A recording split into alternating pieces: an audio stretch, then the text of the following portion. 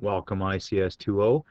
Folks, we've got a lesson on functions and procedures. I think what I've done probably is I've given you a copy of this note. It's fairly long, and the idea to help you get better at programming functions and procedures is to get you actually doing it. So I'm going to try and get through the note fairly quick. You've got the copy of it in front of you.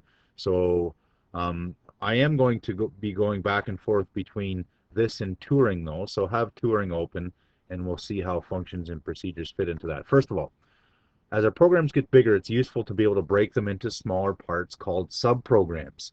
And so a big task gets broken into smaller tasks, and the smaller tasks are called subprograms.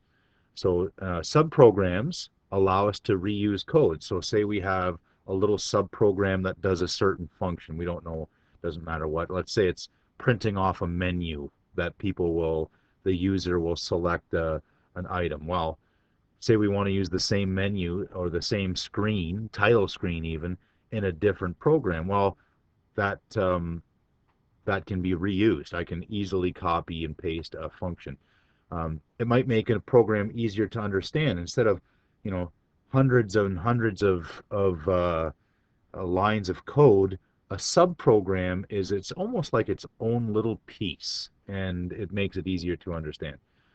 It can allow more than one programmer to work on a single project. So if you have a project and person one is going to do this subprogram, person two is going to do this subprogram, person three is going to do this subprogram, and then you put all three pieces together at the end, then it can make things go a lot faster.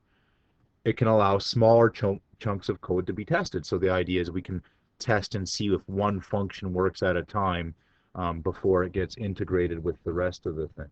And that's true in any programming language, and now we're going to see what's going on in Turing. In Turing, there are two types of subprograms. There's functions and procedures, and believe it or not, you've already had some experience with subprograms, functions, and procedures, and we'll talk about that shortly. Um, why is there two different? What's the difference? Well, essentially, a function returns a value to the program. So a function will do something, some task, and then it returns a value. It's like there's an answer. A procedure does some stuff, but doesn't return a value. So there's no value return from a procedure. It just does some stuff. And you have used some. We've used a bunch of Turing's built-in functions and procedures.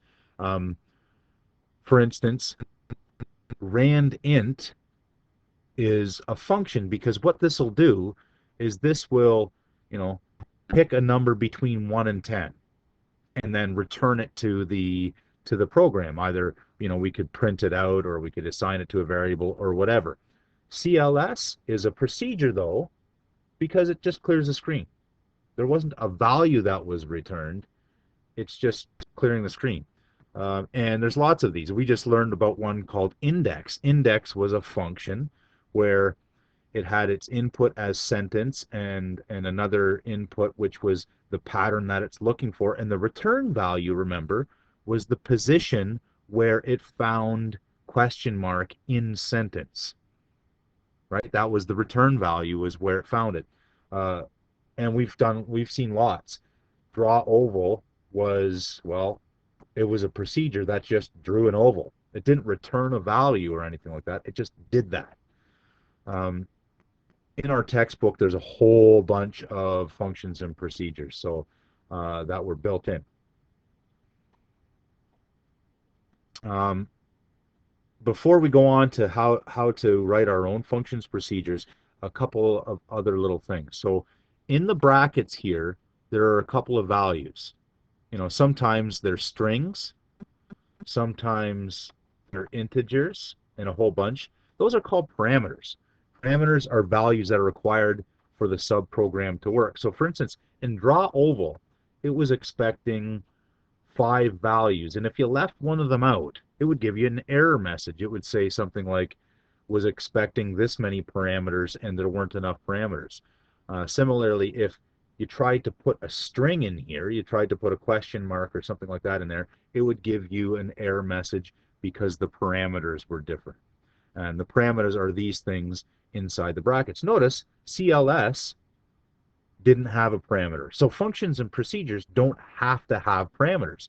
And they could have 0 parameters, it could have 1 parameter, 2 parameters, all sorts of things. And we'll see that it's quite flexible about what we're allowed to do. So you know a bunch of built-in ones. And if you're thinking of some off the top of your head that we know, and like your favorite functions and procedures, don't be afraid to add them to this note. Just move things down and add some to this note. That would be a good use of your time. Um, Hopefully you understand the difference between functions and procedures. Functions returns a value, procedures does not, just does some stuff. The syntax for functions. So this is us writing our own functions. And this is what it looks like. And this will look a little intimidating at the start, but remember, when we have the general syntax, it's kind of like what all the functions look like, even though when we write our specific function, it might be less complicated. So this one has some keywords. There's a keyword function. Func name is what we've picked. It's the name of our function. Then in the brackets are the parameters. Param1 is a variable name that we picked. Type is, and we'll talk about this later, but type is what type parameter was. So for instance, over here, this was a parameter and it was of type integer. Sentence was a parameter and it was of type string. So this type business is, int, string, real, those sorts of things. And the dot dot dot just shows that we could have any number of them. Notice that a function also has a colon and a return type. The return type, again, is a string, integer, whatever type of value our function returns. So for instance, randint returned an integer. This returned an integer. We saw other ones, for instance, like our substring functions from strings that return string values. And so there are some functions that return strings, or booleans, or all sorts of things. So this is the return type. Here's some notes. The type and return type are integer or string or real. We said that already. So that is something like string, real, int. Param1 and param2 are parameters, and that's, we're going to use this information in our code, whatever our code happens to be. A function or procedure doesn't have to have parameters. We talked about that. So there doesn't have to be anything in there. A function must have one or more result statements. So it must have a result statement. Okay? And that's the answer that's going to be returned. It says, and what's strange here, a function doesn't do anything until it's called or invoked. So notice, if I get to my example, I'm going to do an example here where I'm going to write a function. It's going to be called, let's say, I'm going to do an easy one. That's just get nums. And it's going to have no parameters, and it's going to return an integer. And all this is going to do is going to get, going to have a couple of variables in here, the variable num1, num2, and they're integers. And I'm going to get num1, and I'm going to get num2. And I've deliberately left out the prompts and stuff like that. It's not very friendly code, but I want to get through this quick. And then my result, I'm just going to put back the sum of those two numbers. I'm going to add the two together. Notice that I could have had a third statement here that added them up. I could have like var num, or maybe I'll call it total equals num1 plus num2, and then return the total. That all works fine. And then remember, I have the end get nums, right? So this is my whole function, okay? And now notice if I ran this, maybe we'll get an error message. No, done. Oh, done. Why? Well, why didn't I type any numbers in? Why it didn't return anything. It didn't ask me for any numbers. It's not doing anything. Run it again. Maybe I missed it. Run it again. Maybe no. This function is a little subprogram. I haven't called it.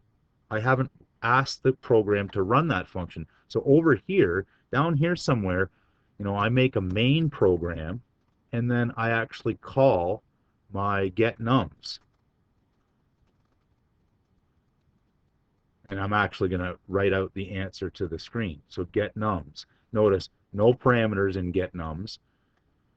It's going to run now, and it's flashing at me that I should put some numbers in, and I'm supposed to know that I'm putting numbers in, 4 and 6, and that's going to actually calculate that total, return the result, and then print it out to the screen. So the moral of that little story is that the function doesn't do anything until it's called or invoked. Okay? So somewhere in the program, if this was our function, we'd have put the result was func name, or we could actually use it to calculate a new value, func name 23, and who knows what these parameters are. I just made those up. It doesn't matter what those are. And then it ends up in a new variable. Okay, so